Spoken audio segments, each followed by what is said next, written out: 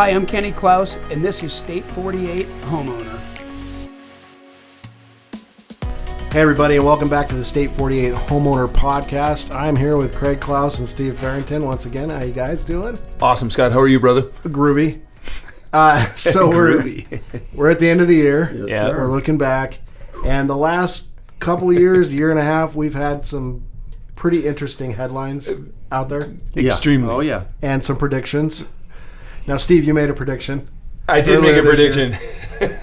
You're going to hold me to that. Well, hey, they are coming down. Yeah. Interest rates are coming down. I promise you they'd be lower by the end of the year, and we're trending in that direction. So let's hope over the next couple of weeks we get some information to close out December and we get into those high sixes. At least we're in the low sevens, so we're closer than we were October and early November and the 8th. So I started sweating a little bit. I'm not going to lie to you, Scott.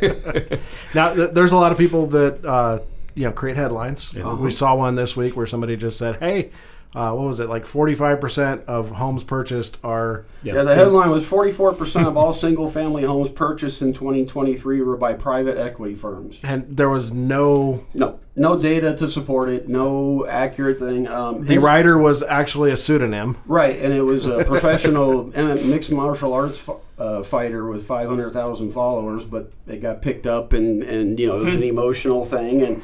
But the facts are that institutional operators, those owning at least 1,000 homes, own 0.73% of all the single-family housing stock. So just a rounding error, 0.73 to 45? Yeah, just close to that. 1 out of 137 homes are owned by somebody like that. Mm-hmm.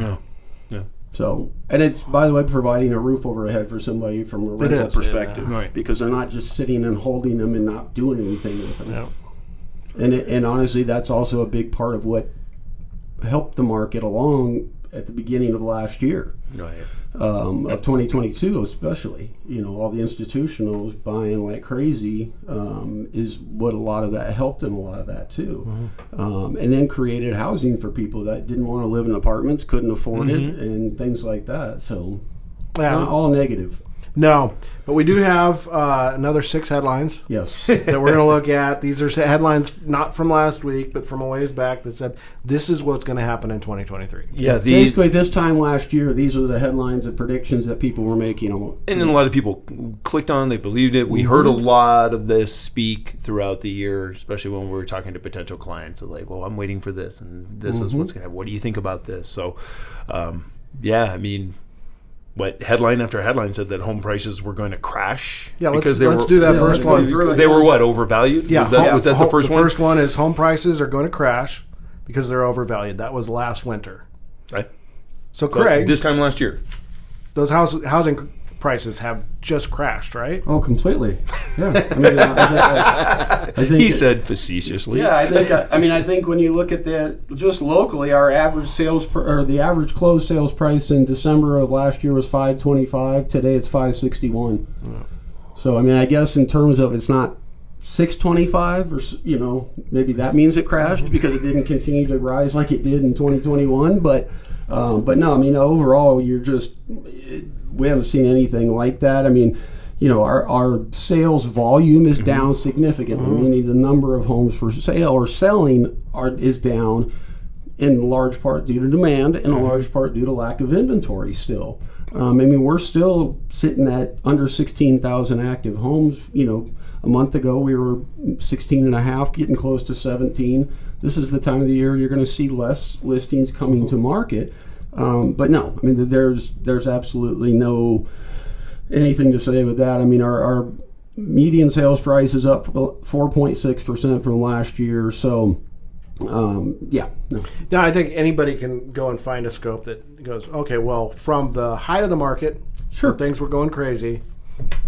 There's some neighborhoods and price points that you might be below that. Mm-hmm. But that was a pretty abnormal point in the market. And when we look at the, year over year from last year, we're healthy. If we look over 2 years, 3 years, 4 years, all that, everything is healthy. So there might have been one little period in time where that value went up, but it was just an abnormal market. Well, and I think part of it too is if it's almost like, if you own a stock, right, and if at one day it goes up, if you have say $50 a share and it goes up to $80 a share, and it comes back down to $70 a share, did you lose money? Yeah. Right. I mean, you know what I mean? And that's what people, I could have sold it here, but you're still here. And when we look at nationally, we're up 45.1% since March of 2020.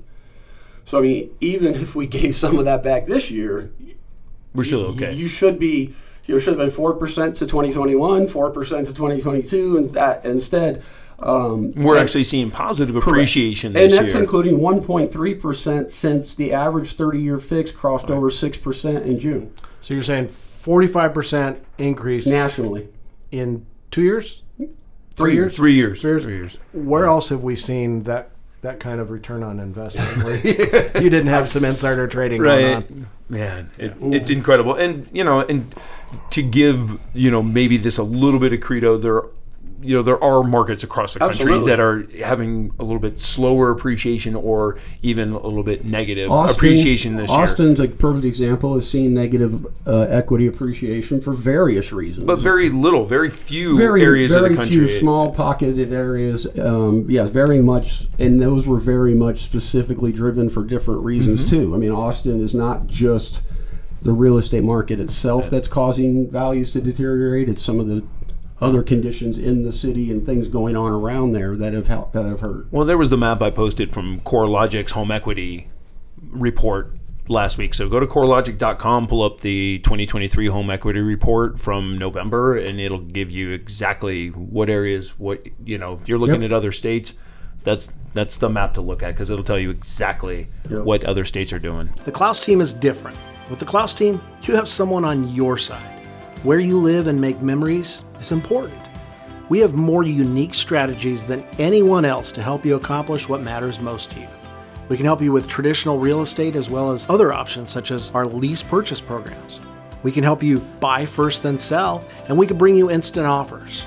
We're here to help our neighbors achieve the American dream and help them build wealth through home ownership. For more info or to start your home search, visit us online at klausteam.com. All right, let's get on our galoshes and let's talk about that flood of foreclosures that clearly I'm building an ark. Yeah, it's again same thing. Despite the housing affordability having deteriorated to levels not seen since the 80s, only a fraction of U.S. homeowners have negative equity, according to CoreLogic's Q3 report. Negative equity affects just a small percentage of mortgage borrowers, with Louisiana, Iowa, Oklahoma, North Dakota, and Kentucky leading that. In contrast, states like California, Nevada, Florida, and Arizona boast the smallest percentage of homeowners with negative equity. In Arizona, it's 0.82% of homeowners have negative equity right now. Right. That's not even 1%. And that's And when you're talking about delinquencies, it's not a flood. No. When you're talking about the mortgage delinquency and the delinquency reports, I mean, we're at a historic low as far as foreclosure rates, and even people that are 90 plus days delinquent on their mortgages are at all-time lows. So again, this one, I guess I'm building an ark for no reason, and we're wearing galoshes. Well, seriously, delinquencies on home loans fell to a 17-year low in October, according to Black Knight Financial Services. National foreclosure starts jumped to their highest level in 18 months. They are still 25% below pre-pandemic levels. Locally, we still below 1,000 pending foreclosures, which is, for a county as large as Maricopa, is very small. Right. So, not happening. Not happening. For perspective, the Klaus Team is a HUD listing broker. Correct. In 2011, we had hundreds and hundreds Hundreds. of HUD properties that we listed. How many have we listed in the past 4 years? None. I was going to say, I don't think we've had anything. The last one we had, I think, was about 4 years ago, and it was up in Globe. It was just and the thing to keep in mind too, the majority of people that even maybe say are falling behind or behind on their mortgages have equity, obviously, right? I mean, we just talked about it's less than 1% of homeowners in Arizona don't have equity. So even if they got into a situation, job loss, whatever, the majority of them are going to be able to sell and walk away with something. Yep. They're not going to just let it go back to the bank. And again, hypothetically, let's say people do, because some will, they'll bury their head in the sand, they'll ignore the request, they don't know any better. Those banks that have to foreclose and take those back are not going to go put them on the market below market value to bring value. They don't have to. They don't have to. So, yeah, I think that one is we can put that one to bed for for hopefully two. for rest. Over They two. were Let's go over number two. 3. Massive recession is going to cripple the economy and cause house prices to fall. Again, house prices haven't fallen, so we've already tackled that one. But let's talk about this massive recession. Yeah, I don't know about a massive recession. I mean, if there was any type of recession, now they're calling that, now they're cheering Fed Chairman Powell, saying that he's engineered or piloted a soft landing. I still think that's yet to be seen. But if there is There's any still a little turbulence. I mean, you got to remember, we came out of a very heightened economic turn. I mean, consumer spending, people's earnings, the job. I mean, when you start stepping back from that, is there going to be a slowdown? Yeah. Sure. Is it going to be, the Great Recession? No. It's just not in the cards. And, we're all going to feel it, maybe make a little bit less. Things cost a little bit more. We all understand that. But if there's any type of recessionary period, and it always takes that lag period. They don't call a recession until 6 to 12 months later. It's like, oh, it was back then. Yes. We were in it December 2023. So you won't even know. Right. Well, and again, we've said it a million times before. I mean, it was, two of the last 6 recessions, home values have gone up. Yep.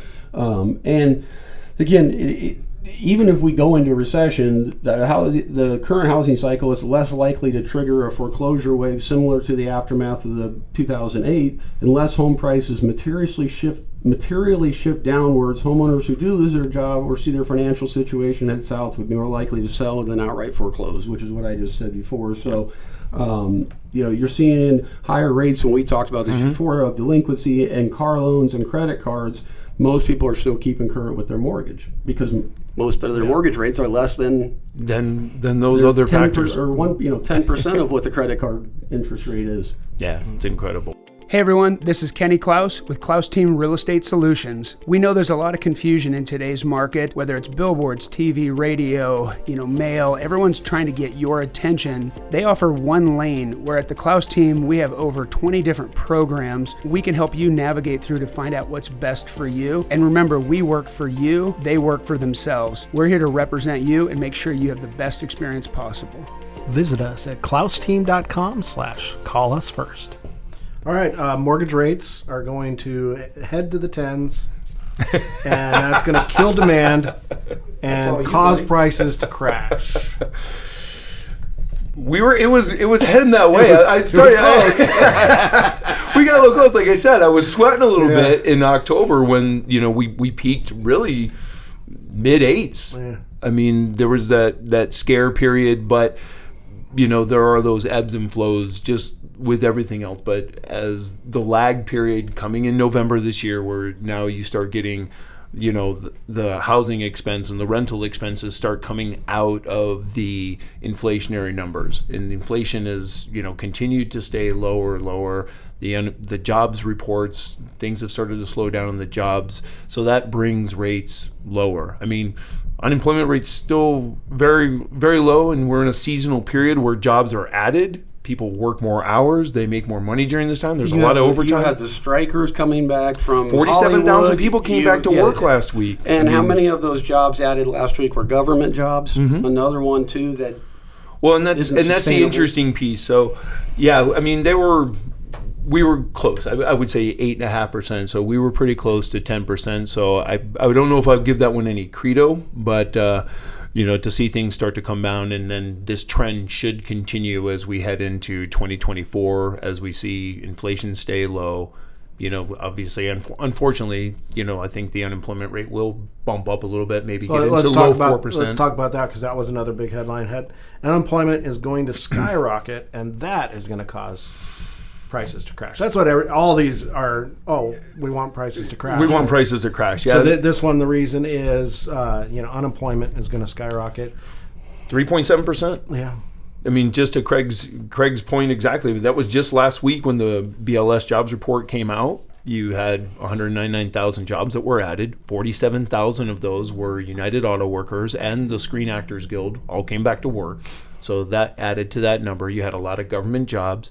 And then you've also got some of that seasonal employment from the UPS, FedEx, all these delivery services. We're seeing that trend of people coming back where people stopped working when they were getting stimulus checks, and now they're coming back to work. Well, and not only coming back to work, but you're also going to have unemployment stay lower because employers are going to hold on to quality employees more. Right.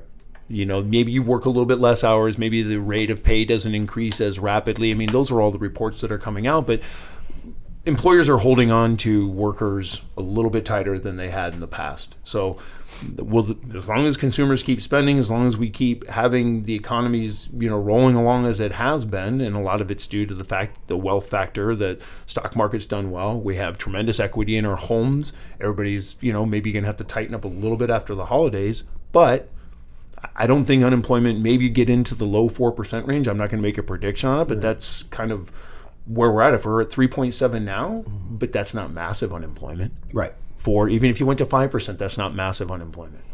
No, and again, I think we're still looking at, I think I said if this wasn't the time of the year that it is, and rates had gone from 8 to 7 1/8 or 7 1/4, we would see a big uptick in demand because every quarter point might bump somebody who could only afford $550 to $575 or $600 now. Yeah, or maybe they were priced out of Gilbert, but now they're not. Correct. And again, like I've said, buyers will come back first. Yeah. Because sellers, again, they're going to want to see 5s before they're willing to give up that 3% or 2% more often. But buyers who are just struggling at 8, trying to find something now, see something with a 6 in front of it, and it changes the equation, and they're going to come back first. And I think the quote-unquote spring buying season is going to start real early this year.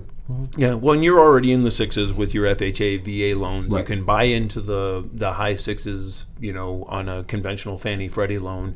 But, when you see average 30-year fixed rates, whether it's Mortgage News Daily or Bankrate.com, there's cost fixed in there, but most of those are hovering right around 7.18, 7.3%, and there's probably about a half point to 3/4 of a point in discount to get that rate for a high quality buyers borrower. that are going with the new build are going to enjoy some of those other, and they're going to get a tremendous deal. They're still offering 5% on some of those. So again, just to go back to that, rates at 10, the unemployment, this was all because they were waiting for the housing market to crash, waiting for prices to crash, and it's just right now I don't see it in the cards. We're 0 for 5 or 0 for 6. Yep. And bottom line, it's a nicely balanced market. Very much so. Prices are climbing, but they're not out of control. Neither buyers nor sellers have huge power over the other side. It's a very patient market, I think, and that's the thing. I tell my clients, like I said before, we have to be patient because buyers aren't typically walking in, looking at the house the first time and going, I want to go write a full price offer. They still want to go see other things. They want to maybe go look at it a second time and things like that. And I see, I've seen headlines about, oh my God, price reductions, all these price reductions. And, I tell people, if the house was worth $500 and you listed it at $550 and you reduced it to $500, the home didn't lose value. You corrected it. You just overpriced it for the market, for the condition. That was the other thing, is you have people that, over the last couple of years, we were able to sell homes that weren't necessarily move-in ready or didn't, needed some work or had some stigma of backing to a road or power, and it wasn't as big a deal. Well, now those things factor in again. And so we have to be smart in pricing accordingly, and understanding that even 2019, there were price corrections happening. The market was still doing phenomenal in 2019. So, it still can happen. I think some of it, too, is impatience and lack of counseling, meaning we didn't have a showing this weekend, we got to drop the price. And we're like, no, no, we don't. It's not yet. Let's I'd be more concerned if we had 6 showings this weekend and we didn't have an offer. Then that would tell me we need to do something, because there's not that many buyers. You had 6 of them come through. That's the equivalent of 16. And some of them may not be ready at that point. Some may not be ready. Early on in the process. Some of them may still need to Yeah, sell their or home, they think if it's listed at 700 because it's been on the market for 20 days, even though they're only qualified to 650, let's go look at it anyways. Because I'm like, well, 21 days, the average days on market is 80 something. I mean, we're not even doing anything in 21 days, but that's 21 days now seems like forever coming out of what we came out of 5 days. or 21 minutes. 21 minutes, and you had 16 offers written out of place. Well, thanks, guys. If you want to reach Absolutely. out and have more conversation with either Unity Home Loans or the Klaus team, Merry Christmas and Yep. Happy New Year. Let's Yeah. have a great 2024. have a good Yeah, I one. can't wait to see what they come up for 2024. Yeah. 0 for 6, baby. Thanks for spending time with us this week at State 48 Homeowner, the ins and outs of owning an Arizona home. You can connect with us for more information, submit topics you'd like us to further discuss. You can see relevant videos, give us feedback, answer your real estate questions, and more at state48homeowner.com.